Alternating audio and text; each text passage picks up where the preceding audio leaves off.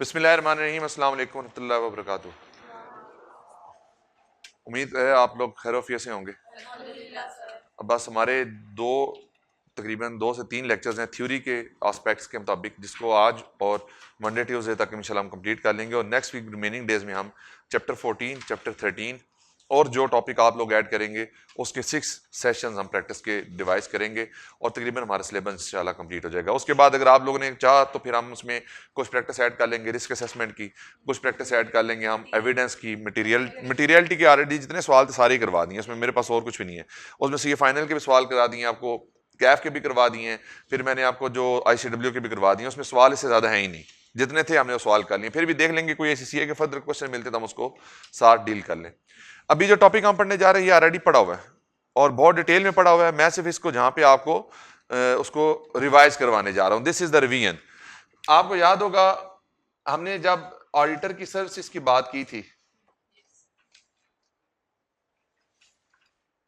इसमें 2 main component थे, एक अश्योरेंस था और एक नॉन अश्योरेंस था। नॉन अश्योरेंस की एग्जांपल बताएं, जल्दी करें। कंपाइलेशन और एग्रीड अपॉन प्रोसीजर्स। अश्योरेंस में फिर 2 टाइप्स होती हैं, कौन कौन सी? रीजनेबल और limited. What is difference in between both? ये पॉजिटिव होती है और ये नेगेटिव होता है। ये ऑडिट होता है और ये रिव्यू होता है। यहां पे डिटेल टेस्टिंग होती है, यहां पे लिमिटेड होती है। लिमिटेड में क्या क्या प्रोसीजर परफॉर्म करते हैं? यहां पे क्या क्या प्रोसीजर परफॉर्म करते हैं? इंक्वायरी, ऑब्जर्वेशन और एनालिटिकल प्रोसीजर। यानी कि यहां पे जो हम प्रोसीजर परफॉर्म करते हैं उनकी नेचर क्या है? Risk assessment procedures. अच्छा, फिर इसमें इंपॉर्टेंट बात एक और थी, लिमिटेड में फिर मैंने 2 बातें आपको बताई थी। फिर फर्दर 2 टाइप्स होती हैं। अगर ऑडिटर और मतलब यानी कि जिसने ऑडिट किया है, auditor audit plus review same बंदा करे, तो अगर सिर्फ रिव्यू किया जाए तो फिर ऑडिट और रिव्यू इकट्ठा किया जाए तो यहां पे 2410 था, और अगर सिर्फ रिव्यू किया जाए तो 2400 था। ये आपको याद होगा। ये क्या मैंने बात की है? दिस इज बेसिकली कि अगर I am the auditor of the company and I am also conducting the review of the company, so I have complete information, I have the detailed information about the entity, so I may not be need to perform additional audit procedures to gain understanding of the business and the control environment.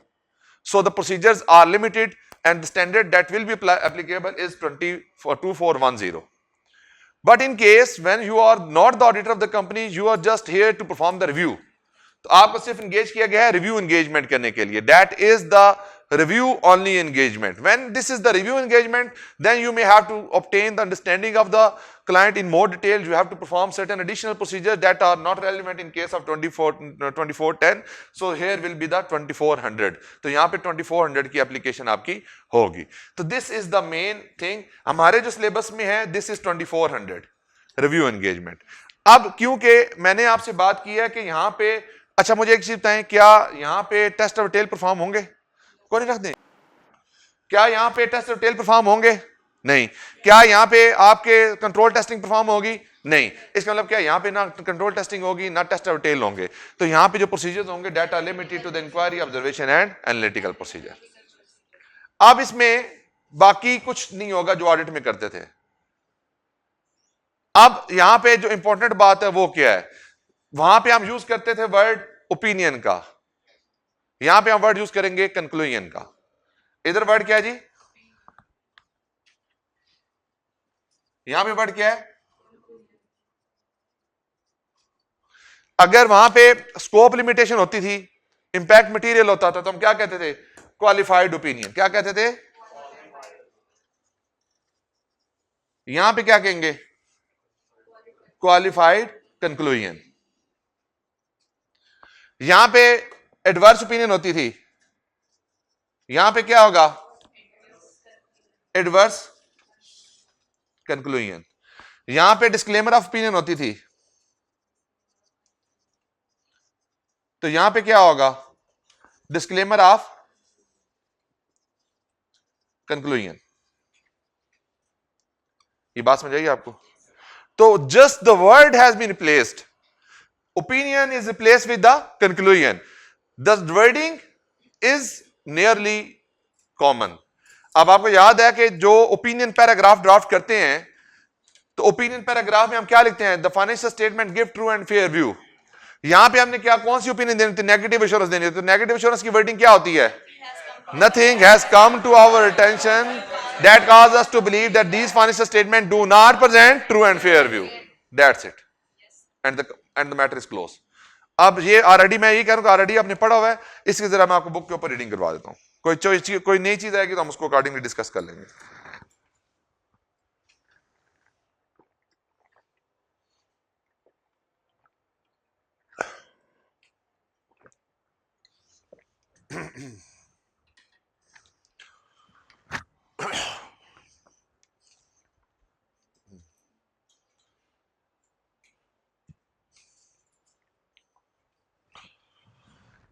The distinction between the audit and review of the financial information. An audit is form of assurance engagement. The objective of audit is to enable the auditor to form the opinion. ये वही बात हो गई। Review of financial statement, financial information is done to obtain limited assurance, primarily by performing inquiry and analytical procedures in accordance with the applicable financial reporting framework. Report on the financial statement और उसके ऊपर हमने report देना, ये objective होता है। Review engagement है जी, unless required by law or regulation, the practitioner shall not accept or review engagement if practitioner is not satisfied that there is a rational purpose for the engagement.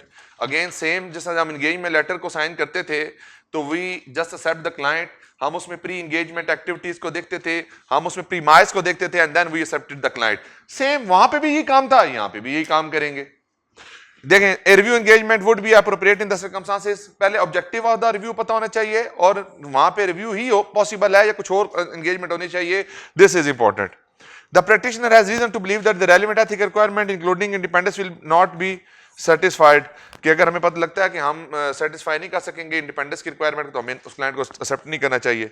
The practitioner has doubt over the management integrity, और अगर management की integrity पे doubt तो फिर भी हम उस client को एक्सेप्ट नहीं करेंगे। These are the negative form, यानी कि when we will not accept, practitioner shall not accept the engagement. तो ये बेसिकली आपके फिर आगे प्री कंडीशंस हैं। प्री कंडीशंस आर कॉमन, जो ऑडिट में थी और यहाँ पे भी है, सेम है। देखें जी, whether the financial statements, whether the financial reporting framework is acceptable, वहां पे भी यही था, यहाँ पे भी यही है। वहां पे से मुराद क्या है, ऑडिट के केस में चैप्टर नंबर 2 के अंदर। obtain agreement of the management, that is the engagement letter regarding the preparation of the financial statement, internal control और providing practitioner with all information। ये सेम प्रीमाइज है जो आपको उधर था, सेम ही आपका यहाँ पे भी है। फिर आगे एंगेजमेंट एंड परफॉर्मेंस है जी। फिर इसमें engagement, the practitioner shall agree the term of the engagement. आप एंगेजमेंट लेटर में क्या होगा, उसमें ये फैक्टर्स आप इंक्लूड करेंगे। Intended use and distribution of financial statement, identification of applicable financial reporting framework, objective and scope of the review engagement, responsibility of the practitioner. अच्छा, वहां पे ऑडिटर का वर्ड यूज होता है, यहाँ प्रैक्टिशनर का वर्ड यूज होता है। Responsibility of the management, statement that the engagement is not audit, ये एडिशनल है कि ऑडिट नहीं है। And that the practitioner will not express an audit opinion on the financial statement, और हम इसको audit opinion perform नहीं करेंगे, this is additional। Reference to the expected form and content of the report, that is common in the both cases।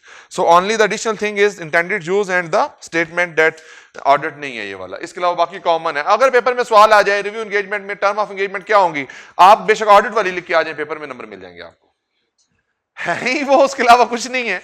बात क्या है कि additionally से दो चीजें ये लिखेंगे तो that will create some good advantage for you, कि एक तो ऑडिट नहीं है, ये एक मतलब डिफरेंशिएट करेगा उस चीज को, और दूसरा के इंटेंडेड यूज क्या है उसका, या वैसे नॉर्मली उसमें भी होता है इंटेंडेड यूज के बारे में। आगे है जी परफॉर्मेंस ऑफ द एंगेजमेंट। अब बेसिकली बेटा जो बात जहां पे है ना वो क्या है, I just told you about the inquiries.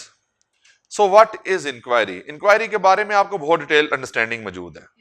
Inquiry क्या होती है, किसी चीज के बारे में पूछना। So what, how we will be performing the review engagement. हम फाइनेंशियल्स लेते हैं, हम फाइनेंशियल्स का वेरिएंस एनालिसिस करते हैं। क्या करते हैं?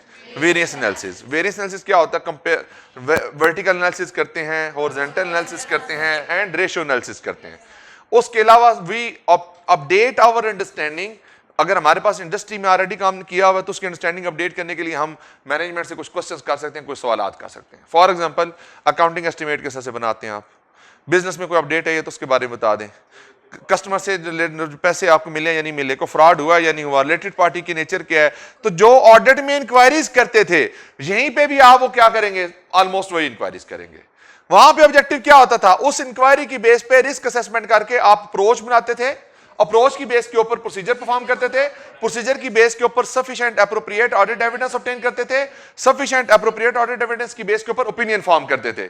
यहां पे ऑब्जेक्टिव क्या है, इंक्वायरी करेंगे अनलेस और अनटिल कोई अनोमली चीज आपको आइडेंटिफाई हो जाए। अनोमली चीज से मुराद क्या है, कोई समथिंग नॉट कॉमन irrelevant कोई चीज identify, then you will extend your inquiry procedure and the other procedure, otherwise you have no responsibility to perform those all items. तो अभी देखें उसमें क्या क्या आएगा जी, home management make the significant accounting estimate, just make inquiry, the identification of related parties and related party transaction, same उधर भी ये करते थे यहां पे भी ये इंक्वायरी करेंगे।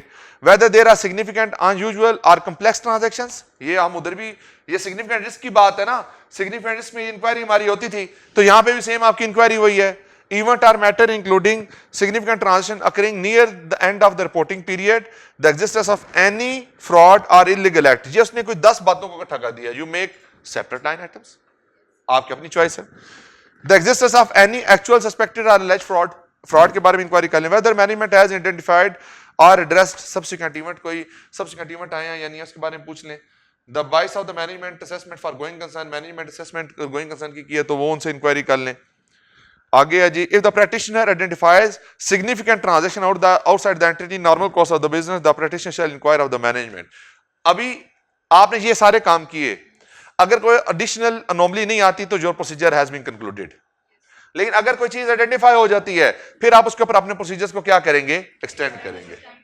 फिर आगे अगर एक्सटेंड क्या करेंगे जी, the nature of those transaction, अगर फॉर एग्जांपल वो बताएं कि आपको कोई आग लग गई थी या सैलाब आ गया था या हमें कोविड की वजह से या कोई अनोमलस इवेंट होने की वजह से ज्यादा सेल हो गई थी या हमारे जो कस्टमर थे वो डिफॉल्ट कर गए थे या कंपनी के जो कस्टमर थे वो सारे छोड़ के चले गए, कंपनी गोइंग कंसर्न की असेसमेंट के ऊपर प्रॉब्लम आ गई है। दीज आर द कंडीशंस जो आपको फर्दर क्वेश्चन रेज करने के लिए फौरी तौर पे क्या करते हैं, एक्टिवेट करते हैं। तो अगर कोई सा की चीज आ जाए तो आप क्या करेंगे, नेचर ऑफ दोस ट्रांजैक्शन पूछ लेंगे, whether related party could be involved और the business rational of those transaction, ये डिस्कस करके आप मैटर को क्लोज कर देंगे। अगर उसका कोई इंपैक्ट आता हो तो अकॉर्डिंगली आप उसको देख लेंगे। अच्छा, अब यहां पे गोइंग कंसर्न से रिलेटेड क्या मैटर्स होंगे, that is only one line.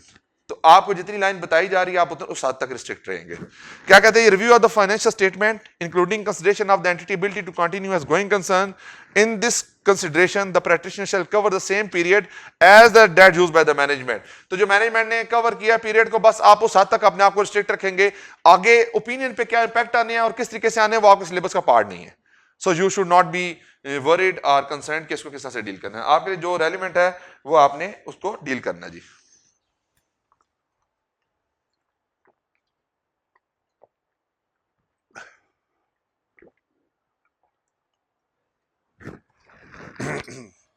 तो गोइंग कंसर्न से रिलेटेड कोई ज्यादा बात नहीं है इसमें। आगे जी, use work perform by others, like कोई एक्सपर्ट आपने एंगेज किया, कुछ और आपने लेके आए हैं इसमें। If the practitioner use work performed by another practitioner or expert in course of the performing the review, the practitioner shall take appropriate steps to be satisfied that the work performed is adequate for the practitioner purposes. तो जो expert है उसकी competence वगैरह देखें, इसमें auditor expert की जरूरत शायद नहीं है। रिव्यू एंगेजमेंट पे एक्सपर्ट की जरूरत, एक्सपर्ट के काम को एक्सपर्ट को के थ्रू रिव्यू कराने की जरूरत नहीं है, अनलेस और अनटिल कोई अनसिग्निफिकेंट चेंज है, अनलेस अनटिल को सिग्निफिकेंट अनयूजुअल ट्रांजैक्शंस आ गई हैं या कोई बहुत ज्यादा वैल्यूज में चेंज आ गया है, तो फिर आप समझते हैं कि अगर कहीं पे आपको उसको रिव्यू कराने की जरूरत है तो फिर आप उसमें रिव्यू एंगेजमेंट के लिए किसी और एक्सपर्ट को एंगेज कर सकते हैं, अदरवाइज यहाँ पे जरूरत नहीं है, आप अपने प्रोसीजर लगा के उसको कंक्लूड कर सकते हैं। लेकिन आपने उसको कंसिडर करना है, यहां पे जो बात की है ना उसने आपने उसको कंसीडर करना है। फिर सबसेक्वेंट इवेंट्स हैं जी, if the practitioner become aware of subsequent event that require adjustment और disclosure in the financial statement, the practitioner shall request management to correct those misstatement. बस आपको इतनी बताया गया, नहीं करते फिर कैसे डील करना है, आपसे इस पेपर में टेस्ट नहीं होगा। इसका मतलब क्या है, these are just knowledge building areas. बस आपको पता होना चाहिए कि यहाँ पे हमारे सिलेबस में रिलेटेड क्या बातें मौजूद हैं। अब मैं इसको ओपन करना शुरू कर दूं तो there is a huge discussion. आगे वो किस तरीके से होगा, कैसे होगा, क्यों होगा, नहीं होगा, वो मेरा ख्याल है इस लेवल को बताने की जरूरत नहीं है जब उसको सिलेबस में पार्ट नहीं है। तो जितना मौजूद है आप उतना बस उसको समझ लें। फिर आगे रिटर्न रिप्रेजेंटेशन है जी। रिटर्न रिप्रेजेंटेशन हमने ऑडिट में भी करनी है। रिटर्न रिप्रेजेंटेशन क्या होती है? Just at the end of the audit we just get confirmation from the management that the what ever the terms have been decided between the management and the auditor through engagement letter and certain additional audit evidences you confirm कि आपने उसके ऊपर हमें सारा कुछ दे दिया।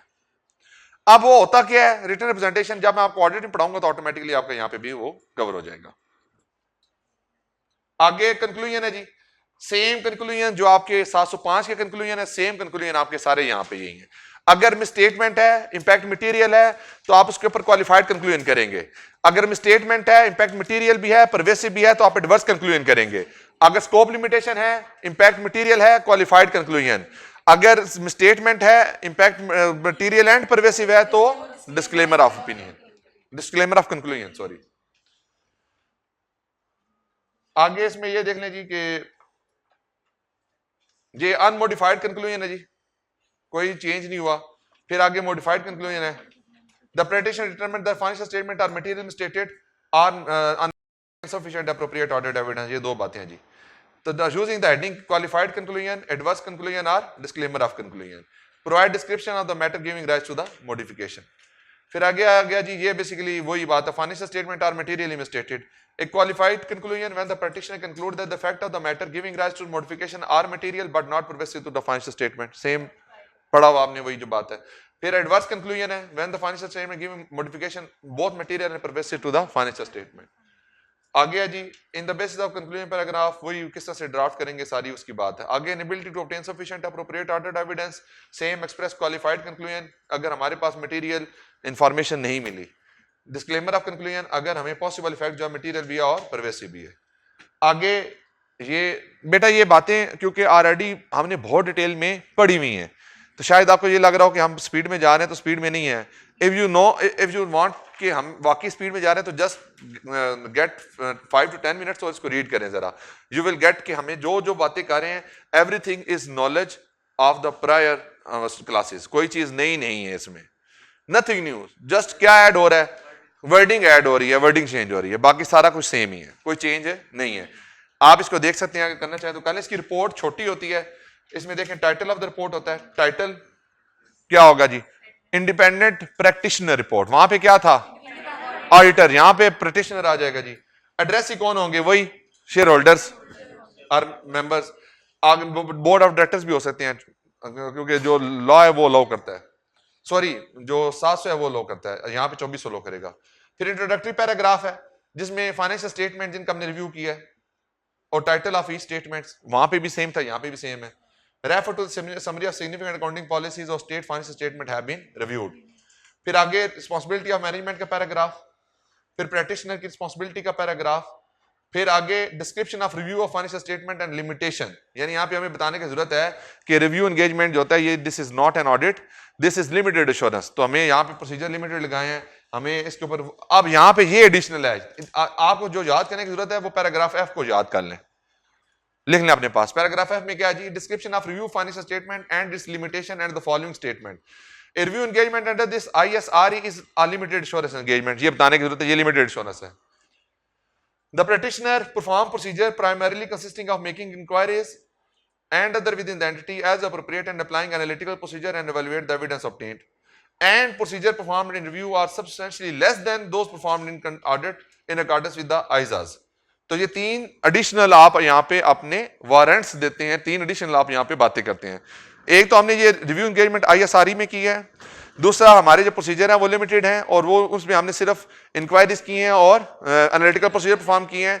और तीसरे नंबर पे क्या है जी कि जो हमारे प्रोसीजर हैं वो ऑडिट से काफी लेस हैं। ये 3 बातें आपने एडिशनल करनी है जी यहाँ पे इस पैराग्राफ में। फिर है पैराग्राफ हेडिंग कंक्लूजन, आपने कंक्लूजन का पैराग्राफ ऐड करना है। A paragraph and heading that contain the practitioner modified conclusion, अगर कोई मॉडिफाइड किया तो आप उसको फिर मॉडिफिकेशन ऑफ कंक्लूजन में जाएंगे। एथिकल रिक्वायरमेंट को फॉलो करना है, डेट ऑफ प्रैक्टिशनर रिपोर्ट है और प्रैक्टिशनर के सिग्नेचर और लोकेशन। ये सारे वही कॉमन है जो हमारी बातें पहले हो चुकी हैं। आगे ये रिपोर्ट का फॉर्मेट है, इसको एक दफा आप रीड आउट कर लीजिएगा एंड दैट्स ऑल। जी, nothing has come to our attention that causes us to believe that the financial statement do not present true and fair view। बस ये पढ़ लें। एक मिनट बेटा, एक मिनट है यार, वन में चलते हैं। ये कंक्लूजन जी, based on our review, nothing has come to our attention that causes us to believe that these financial statements do not present fairly in all material respect the financial position of the company as at this date and its financial performance and cash flow for the year then ended in accordance with the international financial reporting standards for small and medium sized entities। बस पढ़ा हुआ है। मैं बताएं कौन सी चीज ऐसी जो नहीं कराई आपको, चैप्टर 1 और बाकी पूरा ऑडिट तो चैप्टर 1 ही है। आप देखें ये बेनिफिट होता है अगर आप एक दफा अच्छे तरीके से ऑडिट को समझ के पढ़ लें, आगे सब कुछ आसान है।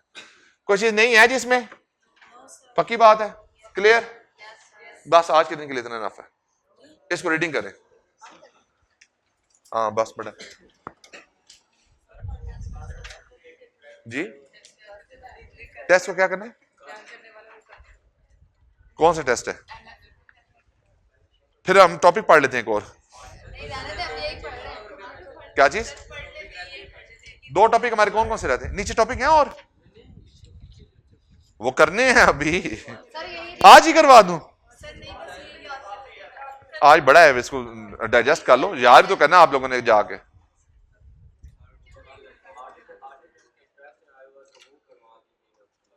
मैं करवा दूंगा। आप देखें अगर आप लोग क्वेश्चन इकट्ठे करें, हम उस जो क्वेश्चन आप 6 प्रैक्टिस सेशन मेरे हैं, बाकी आप अपने क्वेश्चन इकट्ठे कर लें, एक या दो प्रैक्टिस सेशन उस पर भी कर लेंगे।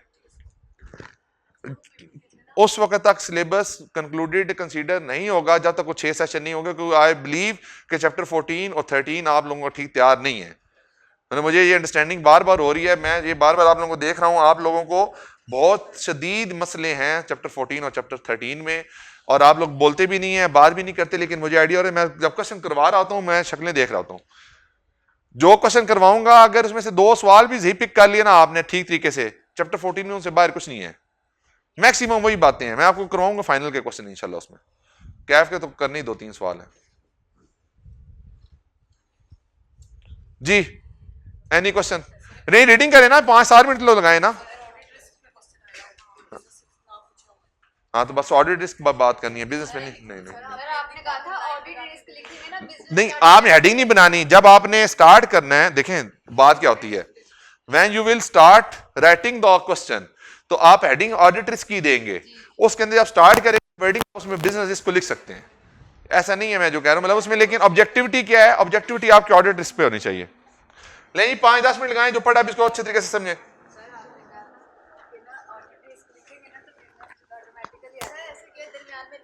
नहीं नहीं लाइन लगा के नहीं, लाइन सिंगल लाइन के तौर पर, सिंगल आइटम के तौर पर आपने बात करना है। तो बेटा क्या हो गया, 25 नंबर का आता सवाल।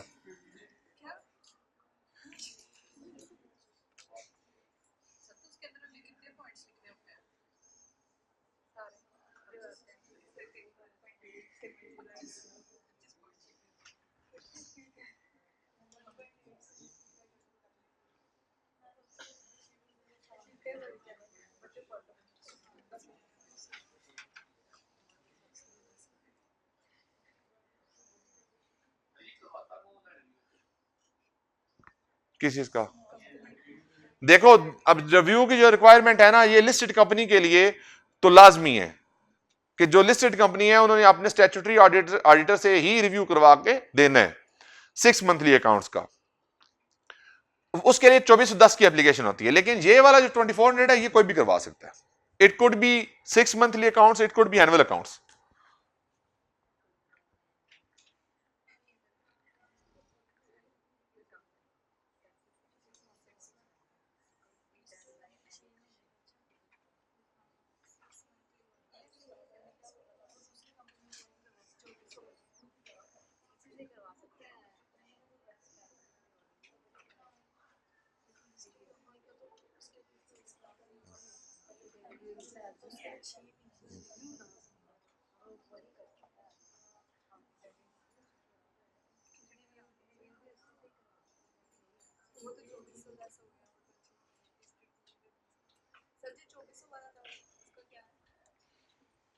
2400 स्टार्ट में ये बताया था कि अगर ऑडिटर ना हो तो करवा तो दिया है, ये भी 2400 तो डिस्कस किया है, कोई भी करवा सकती है, नहीं इसके लिए नहीं है लिस्टेड, जो 2410 है वो लिस्टेड के लिए है, वो हर कंपनी ने करवाना होता है। परसों की क्लास में मेरा ख्याल सिलेबस कंक्लूड करते हैं, और कल मैं आज उमैर से कहता हूं कि आज ना प्रैक्टिस सेशन जो कंपाइल कर दे, तो कल मैं भिजवा दूंगा प्रैक्टिस सेशन, आगे पूरा वीक इंशाल्लाह प्रैक्टिस सेशन करके क्लोज करेंगे, फिर जो जो चीजें आपकी तरफ से ऐड होती जाएंगी वो बताते हैं, हम ऐड करते जाएंगे इंशाल्लाह। जुलाई 31 July will be the last class इंशाल्लाह। बाकी इसके बाद अगर आप करना चाहेंगे तो आई एम अवेलेबल, कोई मसला नहीं है। देखें, for the first time in my teaching career इतने लेक्चर्स हुए हैं, मैं आपको पहले बात बता दूं, ये इतने लेक्चर मैंने कभी नहीं करवाए। मैंने अच्छा मैं एक चीज बताऊं, अगर आप इफेक्टिव थ्रूपुट टाइम देखेंगे ना, हमारी क्लास में बातों का टाइम नहीं होता, हमारे क्लास में जो स्टार्ट और एंड होता है ना वो उसके ऊपर ही होता है, तो इफेक्टिव जो लर्निंग आवर्स है ना डेट आर 100+। अब मैं तो इतने आवर्स के साथ आपकी प्रैक्टिस कम भी हो तो पेपर पास हो जाता है इंशाल्लाह। क्यों, उसकी रीजन बताता हूं। रीजन क्या है, कॉन्सेप्ट्स जो होते हैं ना that are important, question important नहीं है। क्वेश्चन आप देखिए रिपीटेड क्वेश्चन होते हैं, कोई एक क्वेश्चन दूसरे क्वेश्चन के साथ मुख्तलिफ नहीं होता, कॉमन एक जैसे सवालात होते हैं। अगर हर अटेम्प्ट में एक दो सवालात ऐसे नई नई चीजें पूछ लेता है, या 20 से 25 नंबर नए पूछ लेता है जिसके बारे में किसी को नॉलेज नहीं होता, लेकिन आई बिलीव कि मैंने आपको वो चीजें भी बता दी हैं। अब गोइंग कंसर्न है, गोइंग कंसर्न में मैं आपको बताऊं 30% टेस्टिंग हुई है आज तक, मैंने आपको फिर भी 100% पढ़ाया। अगर जो जितने सिनेरियोज हमने बिल्डअप किए थे बुक में भी मौजूद नहीं, अगर कोई पेपर में आ जाए तो आप उसको बिल्डअप कर सकते हैं, लेकिन एक कॉन्सेप्ट की बेस के ऊपर। अब उसके ऊपर सवाल है ही नहीं, मैं क्या करवाऊं आपको, कॉन्सेप्ट है ना, कॉन्सेप्ट आपको दे दिए, आप कॉन्सेप्ट को अच्छे तरीके से समझें। 6 लेक्चर्स जो अगले वीक में इंशाल्लाह हैं plan, that are too important for the chapter 13 and 14 बस। बाकी इसके अलावा मेरे मुताबिक प्रैक्टिस ठीक है, कोई इशू नहीं है उसमें। अगर आपको लगता है कोई कमी है तो आप मुझे बता दें, आई एम अवेलेबल, मैं करवा दूंगा इंशाल्लाह, कोई मसला नहीं। बाकी आप लोग, मैंने खुद पहले भी कहा था, आप पास पेपर्स की बुक लें, किसी भी टीचर की ले लें, आप उसको तैयार करना शुरू कर दें, नहीं समझ आता मेरे से डिस्कस कर लें। आपके जो लेवल ऑफ क्वेश्चंस हैं वो बहुत ऊपर होंगे, वो ऑलरेडी आपने उससे ऊपर ही अचीव किया होगा इंशाल्लाह, उससे नीचे नहीं होंगे आप। जी, एनी क्वेश्चन? हाँ जी, आ सकता है, बिल्कुल आ सकता है, लेकिन हमारे सिलेबस में नहीं है तो मैंने इसलिए बताया भी नहीं है। जी एनी क्वेश्चन? जी नो क्वेश्चन। ले जी, आज की डिस्कशन को यहीं पे करते हैं कंक्लूड, मिलते हैं इंशाल्लाह फिर अगली क्लास में, तब तक के लिए अल्लाह हाफिज।